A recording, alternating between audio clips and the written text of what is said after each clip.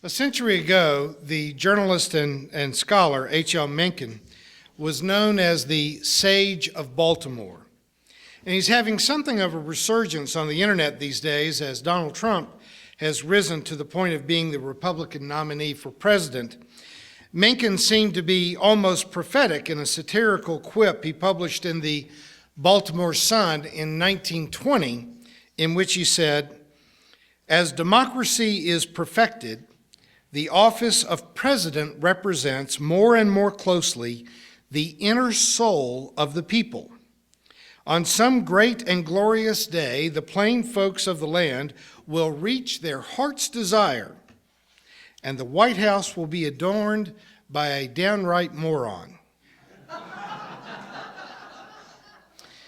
In 2016, it appears that we have the potential of making Mencken look something like Nostradamus, though I certainly hope it doesn't happen. I've always enjoyed the bits and pieces of satire and political wisdom I've run across from Mencken, but my recent interest has sprung from the discovery of a book he wrote about the evolution and state of religion entitled A Treatise on the Gods. About 25 years ago, when I started teaching religion classes at Drury University, I experienced a real awakening of my own. I had earned both a seminary degree and a doctorate from a top-tier divinity school, but it wasn't until I had to teach New Testament that I actually let that education pierce into the too comfortable assumptions that I had lived with as a Christian pastor. When I had to try to teach undergraduate students about the historical Jesus, I had to use books written by people like Marcus Borg and his peers in the Jesus Seminar, and it was only then that I began to take my academic life into my role as a pastor and as a professor and as just a religious person, just questioning, what is it that I really believe? I had known it for years, but I had never let myself say it in the pulpit. I had never let myself just articulate it so plainly as I was forced to do emphatically over and over in a room full of young college students, that Jesus wasn't God or a God. And even God wasn't God in the supernatural theistic way that we've been brought up to think about. I spent the next several years having to retool what I personally believed and how I viewed those beliefs as it related to actually being a pastor, focusing not on religious beliefs so much as on ethical and the transformative message of faith, while slowly letting go, like sweeping the floor, of creedal, ritualistic, and frankly, the superstitious aspects of religion. For a long time, I was willing to assume that my professors at Vanderbilt and at Harvard and the famous writers of the Jesus Seminar were the first generation of progressive, honest, religious academics. I was willing to credit such writers as Marcus Borg and John Spong and Karen Armstrong and Dominic Crossan with being unique geniuses who had finally put to words a way to rescue Jesus from the mire of magical thinking that had held it fast in churches for centuries. You don't hear me say this often enough, but my friends, I was just wrong. I was wrong. I was just wrong about that. Because for the most part, the writers that we most often name, the Borg, Spong, Crossan, Armstrong group, we're not really doing a lot of original scholarship. I mean, in the world of writing books, there are people who are original scholars and there are people who we call popularizers. That is, they take academic ideas and articulate them in a way that a general readership has access to it. But most of what those authors were saying in their books had been said before. Some of it a couple of hundred years ago, but certainly in the era of Albert Schweitzer and Paul Tillich and the Niebuhrs and Rudolf Bultmann early in the 20th century. It's just that it's hard to read Tillich. No one accidentally backs up into reading Niebuhr or Bultmann unless you have a professor who's assigning it to you. And I had it assigned to me and I read it, and I'm not sure that Tillich left any muddy footprints on the clean wax floor of my brain. But there were contemporaries, even during their time, that were writing in more popular genre, that were trying to invite us to come out of the Iron Age and to take a serious look at the tenets of our faith.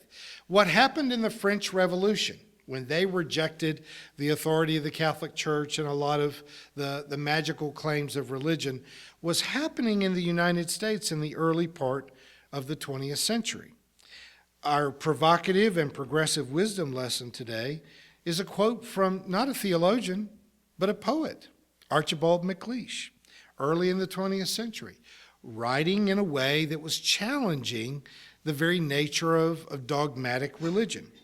You've often heard me quote from the British philosopher Bertrand Russell, who literally was begging the public on radio shows, in his books, as well as in early television shows, asking people to wake up, to let go of the antiquity of superstition and to come into the modern age. In 1930, HL Mencken wrote in this book, A Treatise on the Gods, "What the faithful Christian professes to believe, if put into the form of an affidavit, would be such shocking nonsense that even bishops and archbishops would laugh at it."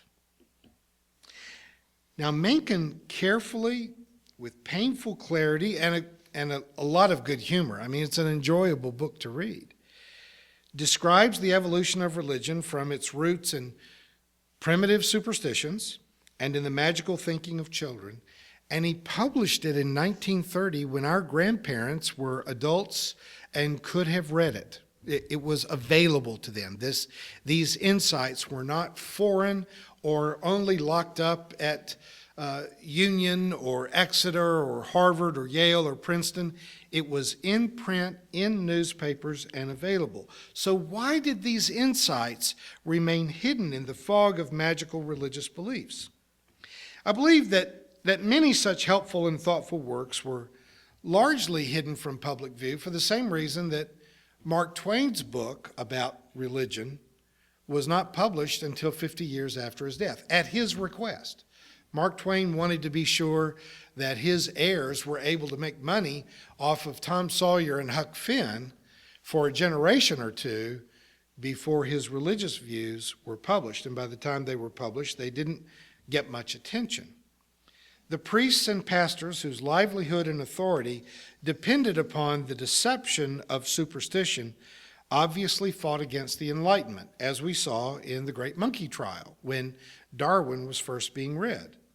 The public also resisted, as we have seen going on right up until today. The monkey trial took place 100 years ago now, but it's still being fought in Kansas, in Kentucky. I mean, in my native state, they just, they built a history museum based on Noah's Ark with the assumption that dinosaurs were on the ark.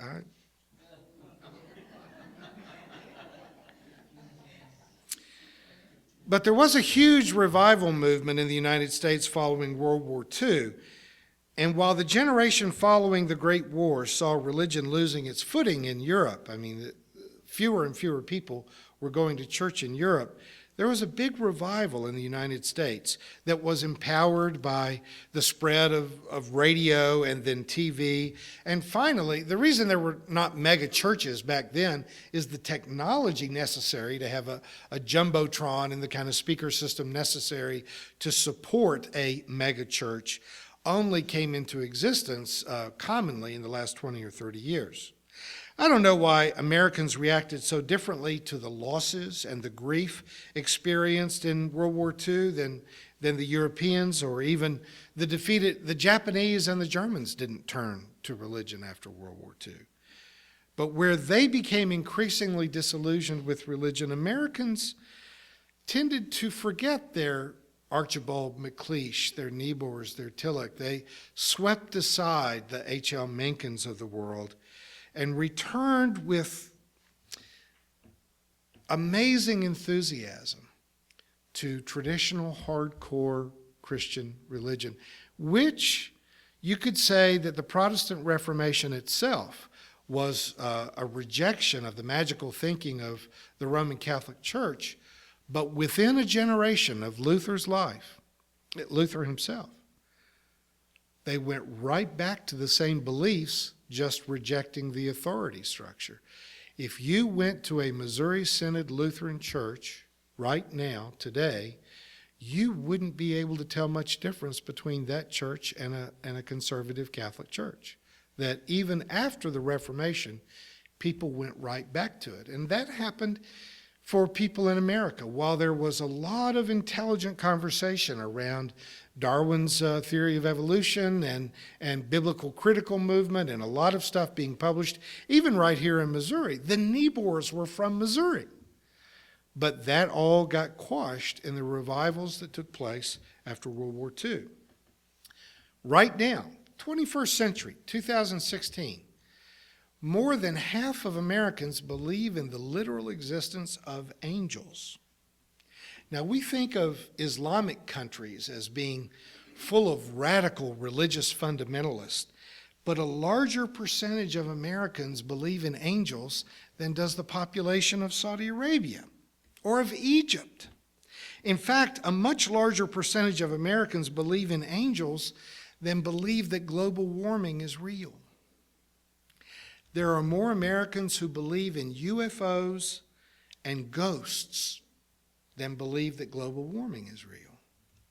And of course, here in Springfield, the largest church in town is populated with people who not only believe in angels, but they believe that they personally can speak the unintelligible language of angels.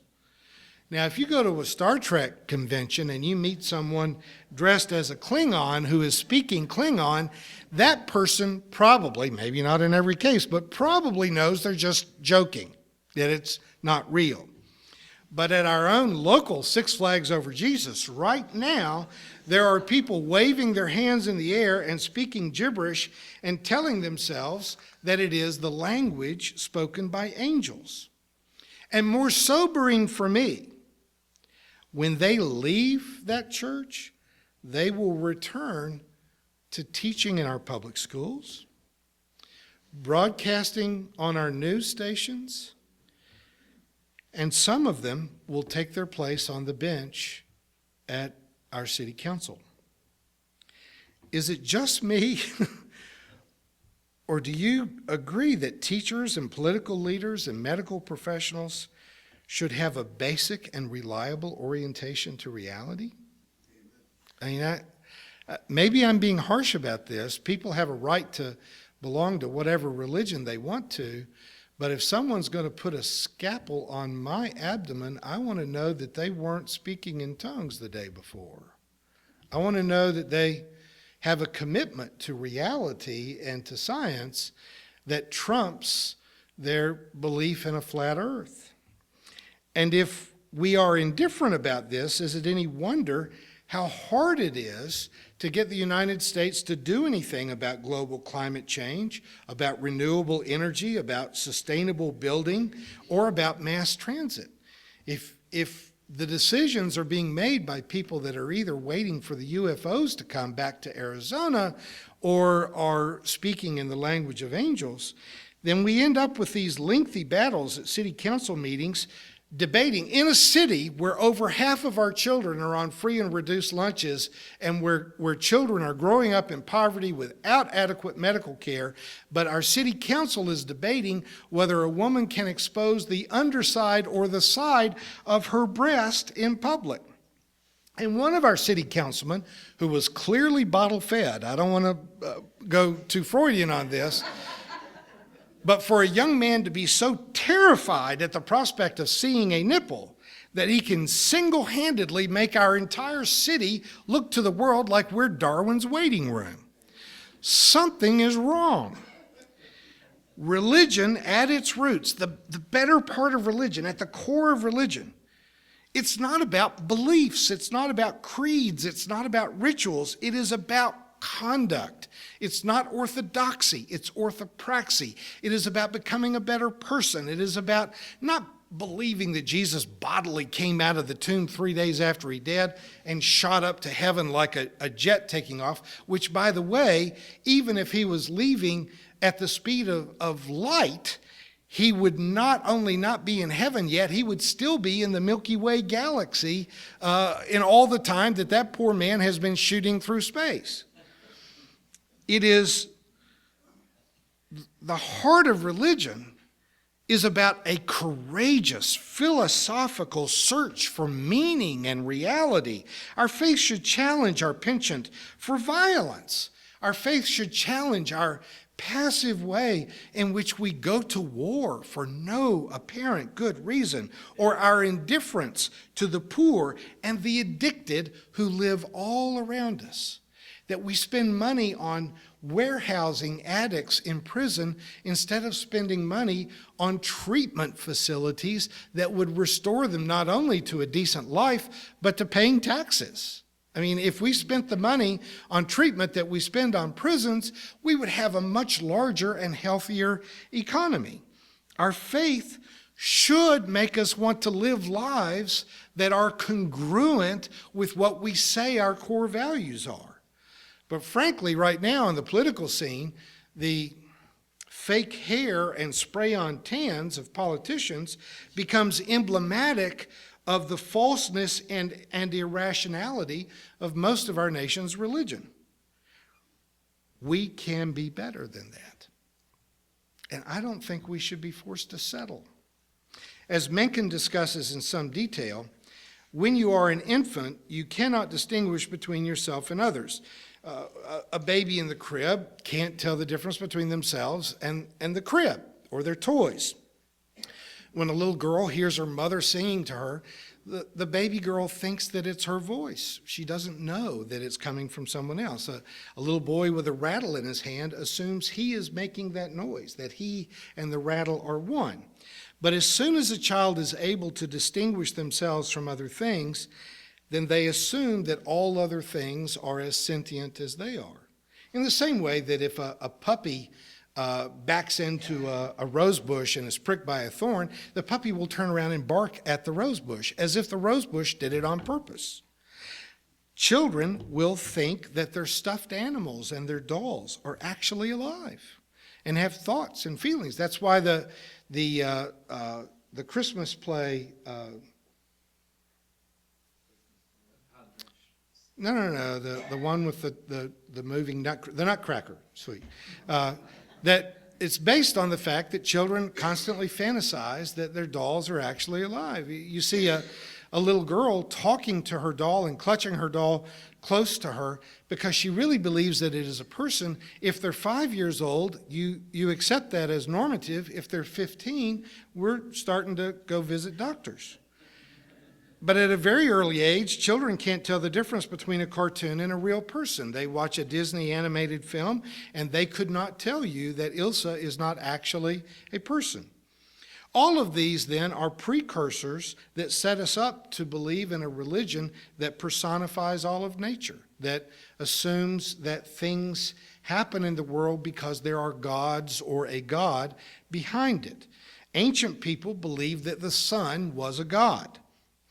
As they became slightly more sophisticated, they believed that the sun was a chariot being driven across the sky by a god, and another level of sophistication comes, and they believe that it is a heavenly body that is being moved literally by the hand of God. Some hymns still sung in churches literally articulate the belief that the stars and planets are held in place by the hand of God. The first people who realized that the sun was a burning mass of gas whose gravitational force keeps the earth in orbit around it were severely punished for telling the truth.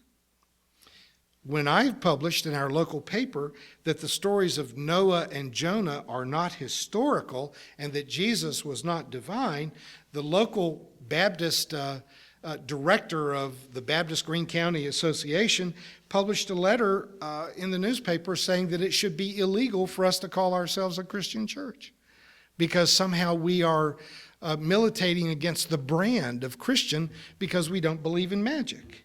We were not allowed to join the Council of Churches in Springfield because we denied the divinity of Jesus, or because I did. You all were rejected. Even though we contribute money and volunteers, we were rejected when they realized that we were providing more money and volunteers than any other church in town.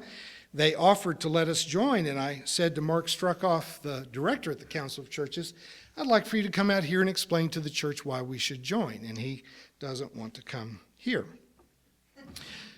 But folks, the truth is out there, and it's not in the X-Files. There is a modern proverb that says you cannot fault a child for being afraid of the dark, but you can fault an adult for being afraid of the light. HL Mencken claims that there's no difference between a magician and a priest, and I know why he said that. I understand why he said it. But we can be the difference. We know that our religion is about living a life of prophetic witness and compassionate sacrifice. Beyond all sacred texts, beyond sacraments, rituals, and creeds, the truth is available to us, and if we continue to live in the fog, that's only because we've chosen to do so. But I pray that the progressives of the world will no longer be afraid of the light. Amen.